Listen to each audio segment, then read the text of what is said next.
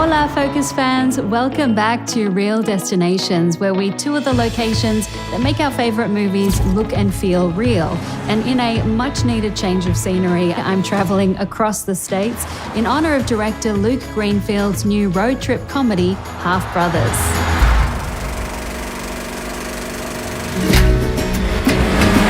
When I was a kid in Mexico, my father was like my best friend. And the day he left us, a part of me left with him. Luis Gerardo Mendez stars as Renato, a jaded businessman who travels from Mexico to America to visit his sick father, Flavio. Renato is apprehensive about reuniting with the man who abandoned him as a boy, but he is shocked to discover that he has a half-brother called Asher. Is this guy bothering you, Dad? Dad? Meet your brother. What? In hopes of forging a brotherly bond, Flavio sends his two sons on an unforgettable scavenger hunt that will unlock the secrets of his past and reveal the truth about his disappearance. Hey, there's another envelope in here. It's like a clue.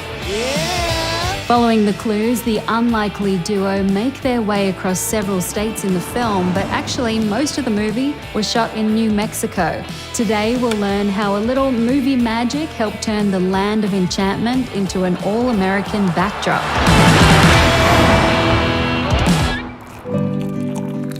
Joining us from the set of her next production, Half Brothers locations manager Puck is here to tell us a little bit more about how they managed to pull this off.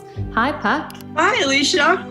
I'm excited to talk to you because, New Mexico has become a very popular destination for Hollywood films, but why was it perfect for Half Brothers? Well, Half Brothers is particularly challenging in that it's a road trip movie, so you need a diversity of looks, but it's a road trip about a road trip that takes place over several decades. So you need kind of what I'm thinking of as a double diversity of looks. And New Mexico, we have all kinds of architecture, geology, and different kinds of ecosystems as well. So we're uniquely situated for that. New Mexico and Albuquerque in particular has what I call dense diversity, meaning one morning, for example, we shot Mexico, and then in the afternoon we were in Chicago. So because different looks are so close together, it makes it functional to imagine that you're crossing the country when you're really just crossing the city. Welcome to America. Your father wanted to come home to you more than anything, but fate had something else in store for him. While traveling through the American heartland, Renato and Asher visit a roadside attraction where they pick up an unexpected passenger. And although they didn't receive a very warm welcome, in real life, Virgin Farms has quite the opposite atmosphere. Half Brothers was the first production that we've had shot at the farm, and it was a great experience to have our farm featured. It was about a 2 to 3 day event. And I hear the cows are very well treated.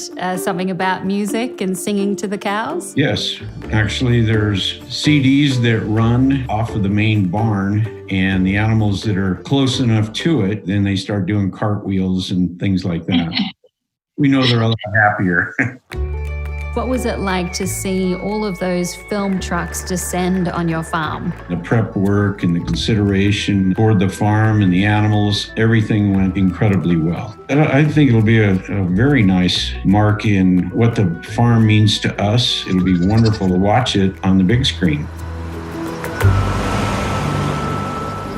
Throughout their adventure, Renato and Asher find themselves in all sorts of wacky situations, and the crew of Half Brothers did too. 4 weeks before we were supposed to start filming at the motel, a friend of mine texted me and said, "Did you hear what happened downtown?" No, what? A motel blew up, and it was our motel that blew up. About 20 or 30 rooms blew out of the motel. This was the one motel that would work for the scene. So after about 4 weeks, we were permitted to be the first tenants back on the property and successfully filmed that scene. I knew it. Fortunately, not all of the locations in Half Brothers met a fiery fate. The historic St. Francis de Sales Inn hosted the production flawlessly. Posing as a convent in the film, this venue hosts weddings, parties, and overnight guests all year round. Can I help you? It was built in 1860, and it was a working Catholic church. until it was deconsecrated as a church in 1963. They were looking for a specific look for a convent for this movie, and there was quite the buzz. The producers and the directors and the actors and all the various unions and lots of different people that are involved, that it seems like really an organizational feat. Please know I am always with you. Our people that grew up in the community, this was their church that they went to. Their parents were married here, or they themselves were baptized here. We've had people just become overwhelmed by emotion, just walking in the doors.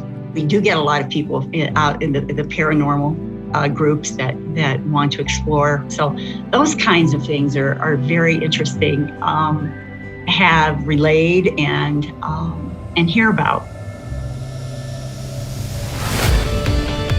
Nothing brings people together like a good old-fashioned road trip, and in Half Brothers, Renato and Asher discover that even with their clashing personalities and backgrounds, their differences are no match for the bond of brotherhood.